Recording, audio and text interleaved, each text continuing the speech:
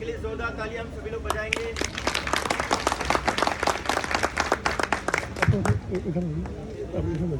प्यारे मित्रों, तुम सब पवित्रतम क्षेत्र से आ रहे हो, क्योंकि वन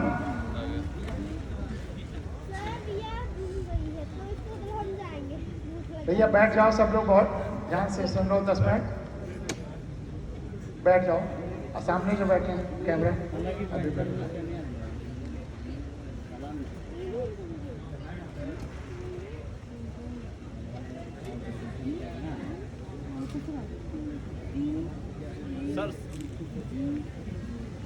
जाओ, बैठ जाओ, बैठ जाओ। सारे बच्चे सामने ध्यान दें।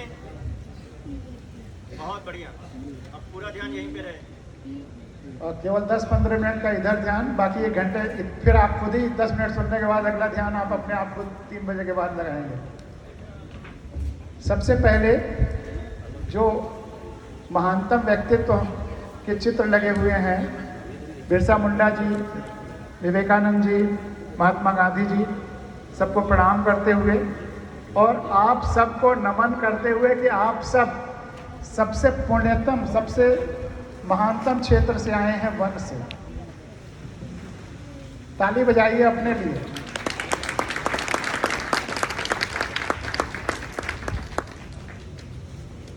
आपके पास, या मैं तो अक्सर बच्चों के बीच जाता हूं और पूछता हूं कि अगर आपके पास एक स्विच है, उसको दबाने से सारे वन खत्म हो जाएं और आप उसको दबा दीजिए तो क्या होगा?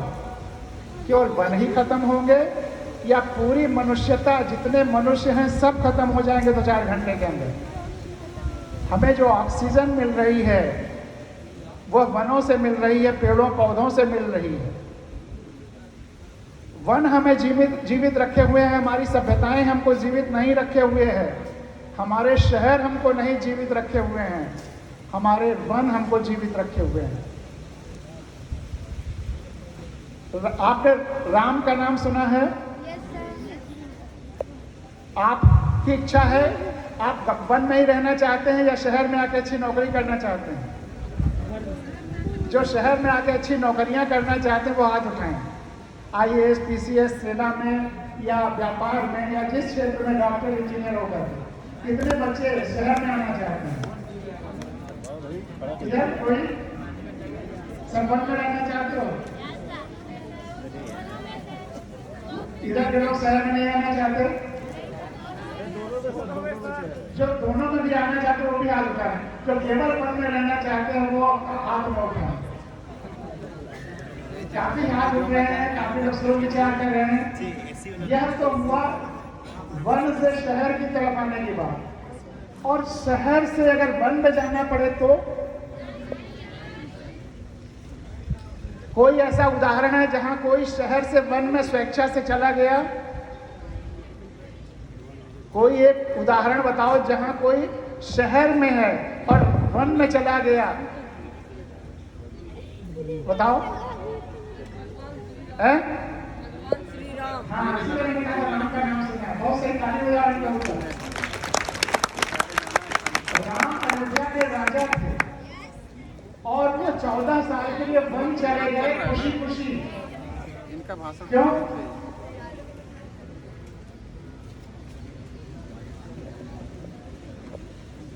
केवल वह पिता की आज्ञा।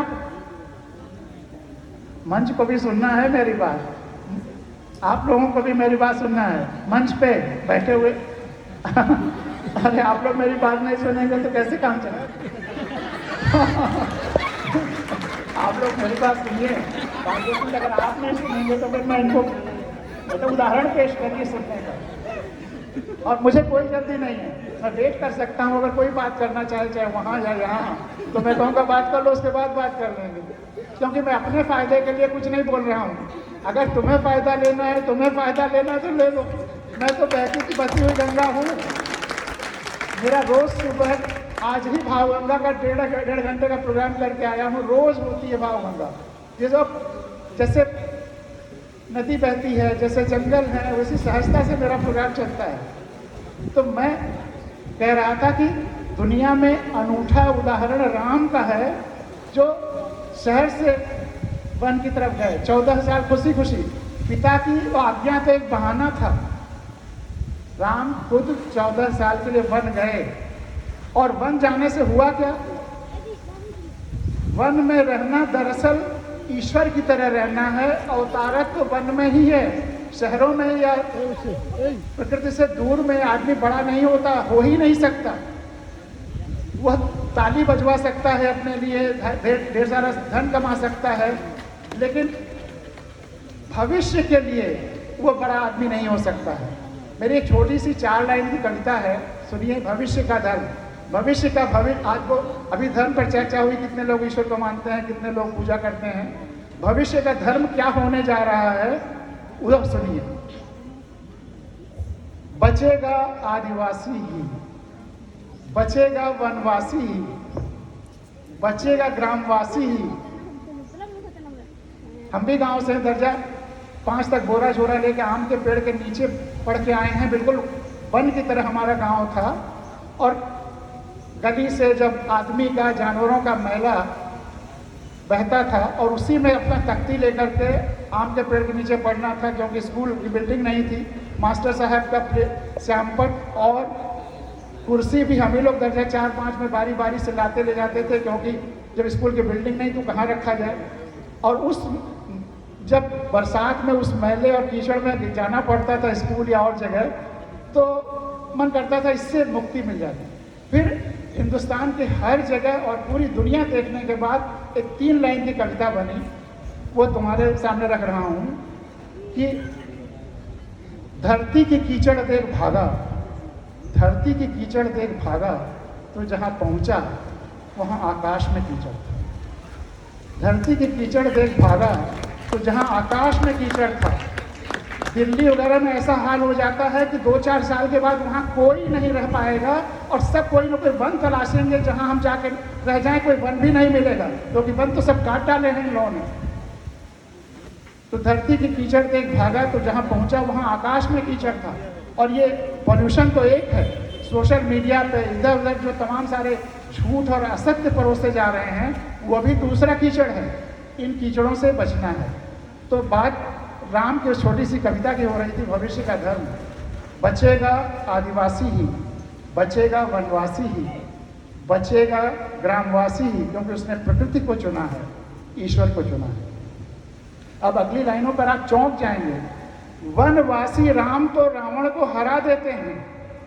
उस समय की सारी नेगेटिव शक्तियों का जो समुच्चय था रावण, उसको राम हरा देते हैं, क्योंकि वो वन में थे। वनवासी राम तो रावण को हरा देते हैं, लेकिन अयोध्या के राजा राम को वनवासी लौकुश से हारना पड़ता है। शक्ति कहाँ है तुम खुद सोचो।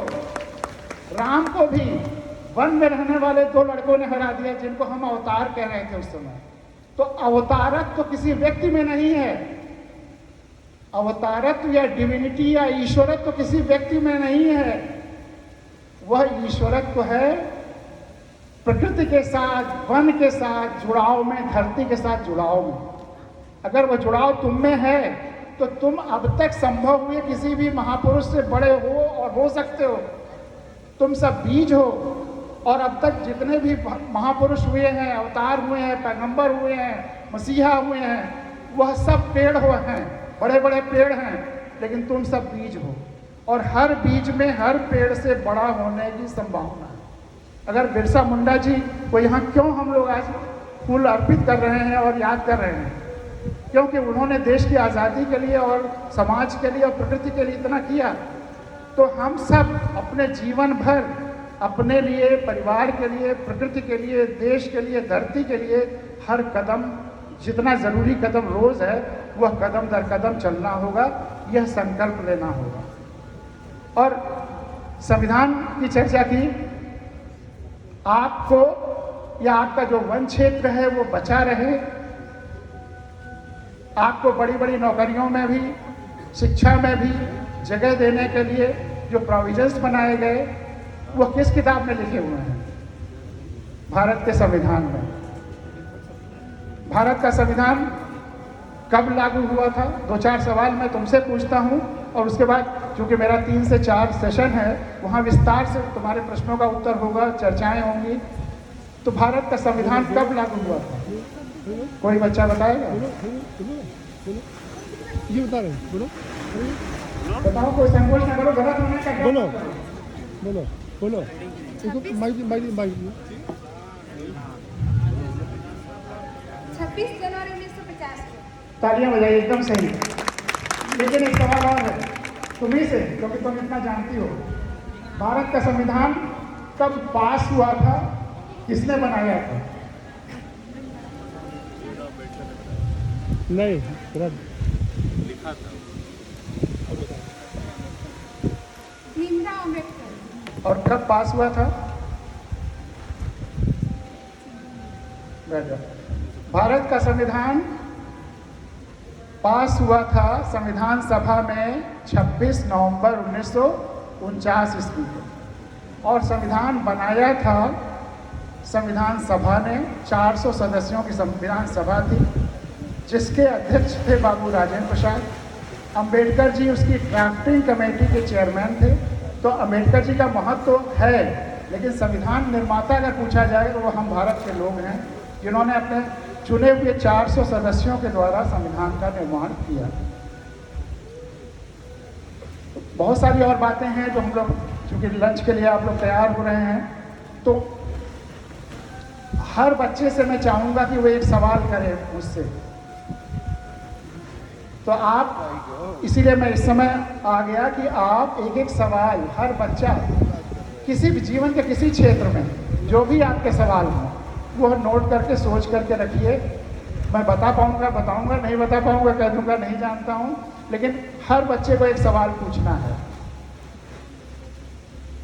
और हमारे तिवारी साहब आपके बीच आए थे, वो इंडियन फॉरेस्ट सर्विस के थे, प्रिंसिपल चीफ कंजर्वेटर जम्मू और कश्मीर थे। मैं भी 1 साल इंडियन फॉरेस्ट सर्विस में रहा हूँ, बाद में IRS में आ गया। तो इंडियन फॉरेस्ट सर्विस की ट्रेनिंग हमने भी की है, लेकिन जो सबसे बड़ा खतरा ये है कि अगर ऐसी स्थितियां आ गई, चाहे ओवर पॉपुलेशन हो, चाहे पोल्यूशन हो, चाहे ट्रैफिक जैम हो, ऐसी स्थितियां भविष्य में शहरों में आएंगी कि रिवर्स माइग्रेशन होगा। आज गांवों से और जंगलों से लोग शहरों की तरफ आ रहे हैं, कल शहरों से लोग गांवों और जंगलों की तरफ जाएंगे। 10, 15, 20 साल में ये उल्टा फ्लो माइग्रेशन पॉपुलेशन का होगा। दिख रहा है, बिल्कुल साफ दिख रहा है। उसके लिए भी हमको तैयार करना पड़ेगा। तुमको जंगल का अपना घर भी तैयार कर रखना पड़ेगा कि इधर से कुछ लोग उधर जाएं तो अच्छा है। इसका हल क्या है? हल मैं बार बार कहता हूँ एक ही है कि हमें अपने शहरों को कुछ जंगल जैसा बनाना पड़ेगा। हमें अपने शहरों को कुछ जंगल जैसा बनाना पड़ेगा, और हमें अपने जंगलों को इंफ्रास्ट्रक्चर वाइज, अपनी कोई ज़मीन किसी और घर और रेजिडेंशियल पर्पज़ के लिए नहीं देना है, लेकिन वहाँ सुविधाएं क्रिएट करनी है। किस तरह की सुविधाएं? ये जो टेक्नोलॉजी और कम्युनिकेशन की सुविधाएं, सड़कों की सुविधाएं, अच्छे इंस्टीट्यूशंस की सुविधाएं, एजुकेशनल इंस्टीट्यूशंस की, और अच्छे एजुकेशनल इंस्टीट्यूशन जो वाकई क्वालिटी एजुकेशन दें, वहाँ गलत चीज़ें सिखाने के लिए और पैसा कमाने वाले इंस्टीट्यूशंस के नहीं, बल्कि कोशिश होनी चाहिए कि आप ही लोग वहाँ अच्छे एजुकेशन इंस्टीट्यूशन खोलें। अच्छे हॉस्पिटल्स, और अच्छे हॉस्पिटल्स केवल एलोपैथी का प्रचार प्रसार करने के लिए नहीं, आपके लोगों के बीच में जो तमाम सारा ज्ञान है औषधियों का, वह औषधियों का ज्ञान हमें बचाना है, वो नष्ट न हो जाए। आपकी पीढ़ी, आपके पहले वाली पीढ़ी के पास वो ज्ञान है, अब नष्ट हो रहा है। अथर्ववेद का एक मंत्र है, अमंत्रम अक्षरो नास्ति न अपि मूलम न औषधम न अपि कोऽपि अयोग्यो पुरुषः योजकः तत्र दुर्लभः। इस धरती पर, इस ब्रह्मांड में कोई ऐसी अक्षर नहीं है, कोई ऐसी ध्वनि नहीं है जिसका मंत्र न बनाया जा सके। उदाहरण के लिए मरा मरा कह करके वाल्मीकि तर जाते हैं, और राम राम करके भी लोग तरते हैं, लेकिन भावना, अगर भावना शुद्ध है तो उसका असर होगा। अमंत्रम अक्षरो नास्ति न अपि मूलम न औषधम। कोई ऐसी वनस्पति धरती पर है ही नहीं जिसमें औषधीय गुण न हो, यह अथर्ववेद कहता है। तो और सबसे ज़्यादा वनस्पतियाँ कहाँ हैं? आपके आसपास। तो हर वनस्पति का जो उपयोग है वो, उसका जो लाभ है वो लुप्त ना हो जाए, उसके गुण लुप्त ना हो जाए, इसलिए आपको कम से कम लिपिबद्ध करना चाहिए अपने आसपास की औषधियों के गुण को, उसको बचाने की बहुत ज़्यादा ज़रूरत है। मंत्रम अक्षरो नास्ति नापि मूलम न औषधम न अपि कोऽपि अयोग्यो पुरुष। कोई ऐसा व्यक्ति नहीं है इस धरती पर जो अयोग्य हो। ईश्वर ने किसी को अयोग्य बनाया ही नहीं। योजकः तत्र दुर्लभः। एक योजनाकार जो सबको, सबके गुणों को देख करके उसको सही जगह पर लगाए, ऐसा योजनाकार दुर्लभ है। आप में से हर एक को ऐसा योजनाकार होना है। तो मैं अपनी बात यहीं पे समाप्त करूंगा। जो प्रश्न है कि रिवर्स माइग्रेशन होगा तो उसके लिए क्या क्या तैयारियों की ज़रूरत है, और आप में से हर एक से मैं आग्रह करूंगा कि एक एक प्रश्न जरूर तैयार रखें अगले सत्र के लिए। बाकी संविधान के बारे में मैं विस्तार से बताऊंगा। केवल एक सवाल संविधान के बारे में पूछना चाहूँगा कि क्या आपको पता है कि भारत के संविधान में पहला मूल कर्तव्य, फर्स्ट फंडामेंटल ड्यूटी, यानी कि भारत के हर नागरिक का जो पहला कर्तव्य है वो क्या है? भारत के संविधान में पहला मूल कर्तव्य, फर्स्ट फंडामेंटल ड्यूटी हर नागरिक का क्या है?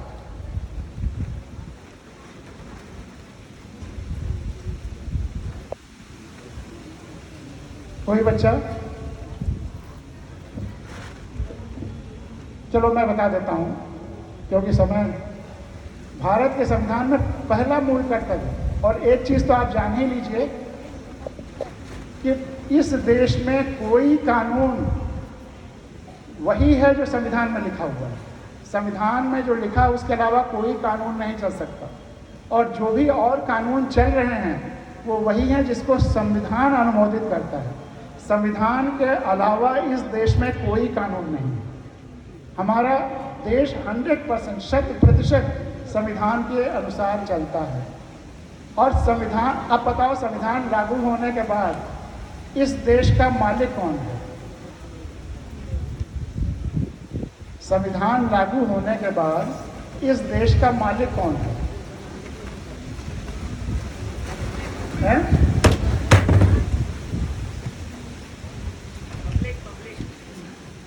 आप खड़े हो जाइए, जिसने पब्लिक कहा है ताली बजाओ, एकदम सही कहा है, जोर से ताली बजाओ।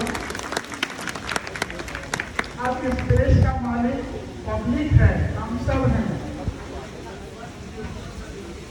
बस मुझे बता रहा हूँ, सिर्फ बात बता रहा हूँ, और उसके साथ जो संविधान का बेसिक स्ट्रक्चर है वो भी आपके सामने पढ़ूंगा और पढ़वाऊंगा।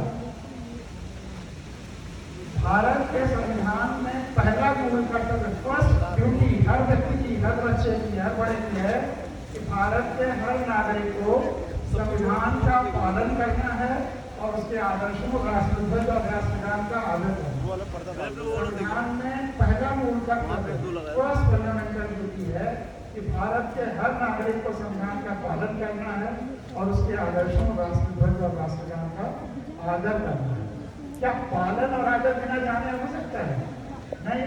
तो इसके संविधान को जानना हर नागरिक का पहला मूल कर्तव्य है। हर नागरिक को संविधान जानना है। इसको दूसरी तरह से सोचिए कि जो संविधान नहीं जानता है वह नागरिक ही नहीं है, वह महज भीड़ का हिस्सा बनकर रह गया है। हमें इस देश को भीड़ से लोकतंत्र, जनतंत्र बनाना है। और अब तो सबसे महत्वपूर्ण है भारत के संविधान का प्रियम्बल या उद्देशिका, उसको मैं आपके सामने अक्षर पर अक्षर पढ़ता हूँ और आपसे आग्रह करूँगा कि आप भी उसको दोहराइए, देखिए कितना मानसिक है।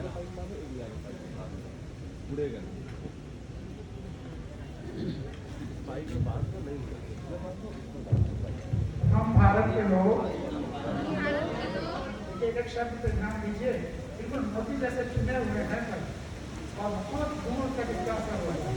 हम भारत के लोग, और जोर से बोलिए। भारत को एक संपूर्ण प्रभुत्व संपन्न समाजवादी पंथ निरपेक्ष लोकतंत्रात्मक गणराज्य बनाने के लिए तथा उसके समस्त नागरिकों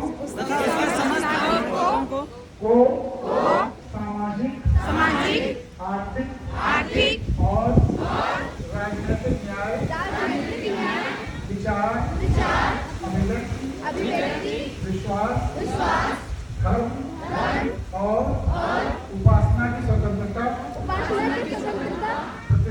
प्रतिष्ठा और अवसर की समता प्राप्त कराने के लिए तथा उन सब में व्यक्ति की गरिमा और राष्ट्र की एकता और अखंडता सुनिश्चित करने वाली बंधुता बढ़ाने के लिए दृढ़ संकल्प होकर अपनी इस संविधान सभा में आज तारीख 26 नवंबर 1949 ईस्वी को एकता द्वारा इस संविधान को अंगीकृत अधिनियमित और आत्मार्पित करते हैं। इसमें 4 शब्द अभी बता करके